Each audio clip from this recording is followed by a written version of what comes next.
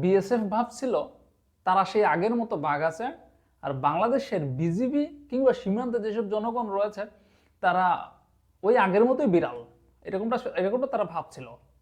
কিন্তু তারা একটু ভুল ভাবছিল, আসলে তাদের সেই ভুলটা খুব ভালোভাবে ভাইকা দিচ্ছে আজকে। সীমান্তে রীতিমতো ধোলাইটা খাইতে বাকি ছিল, বাকি সবকিছু কিন্তু কমপ্লিট। ধোলাই দেওয়ার জায়গাটাও কমপ্লিট ছিল, মানে মঞ্চ পুরোপুরি কমপ্লিট, খালি ধোলাইটা খায় নাই। আরেকটু হইলেই কিন্তু খাইতো, আরেকটু বাড়াবাড়ি করলে ধোলাইটা খাইতো। সীমান্তে একেবারে বর্ডার বর্ডার ঘেঁষে তারা আসছিল, ইসরায়েলের মতো দখলদারিত্বের এটা প্রমাণ দিতে আসছিল। তারা নিজেদের শক্তি প্রদর্শন করতে আসছিল, তারা অবৈধভাবে স্থাপনা নির্মাণ করতে আসছিল।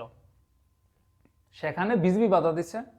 তারপর সেখানকার স্থানীয় যেসব জনগণ আছে তারা তো গিয়ে মারতেই চেয়েছিল। বিএসএফ স্থানীয় মানুষ যারা রয়েছে তাদের দিকে গুলি তাক করছিল, এবং সেই গুলি তাক করার পর যেটা হয়েছে, সীমান্তের মানুষ যারা ছিল, স্থানীয় জনগণ, তারা গিয়ে তো একবারে মনে করে যে পুরোপুরি মারামারির অবস্থা। শুধু মাইটটা খায় নাই বিএসএফ, অস্ত্র নিয়ে টানাটানি, তাদের অস্ত্র ছিনে আনার চেষ্টা, সবকিছুই কিন্তু হয়েছে, শুধু মাইটটা খায় নাই। তবে এই ঘটনার পর, ঘটনা তো শেষ, মানে মারামারি হোক, কাটাকাটি হোক, তর্কাতর্কি হোক, যাই হোক, ঘটনা তো সেখানে শেষ, বিএসএফ তো চলে গেছে।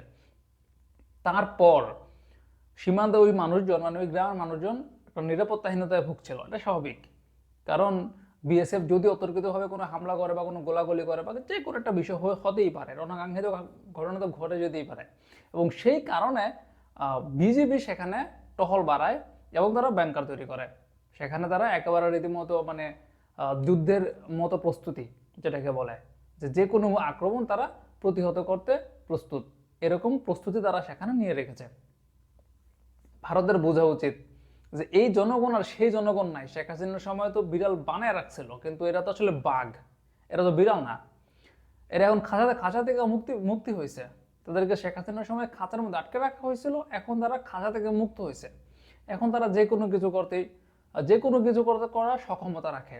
সশস্ত্র বিএসএফ এর সঙ্গে নিরস্ত্র সাধারণ মানুষ গেছে মারামারি করতে, তাদেরকে ধোলাই দিতে গেছিল, ধোলাই তো দিয়েই লাইছিল আরেকটু হইলেই। তো এই জনগণকে আসলে ওই অস্ত্র দিয়া আপনি আটকে রাখতে পারবেন না বা ধমক দিতে পারবেন না।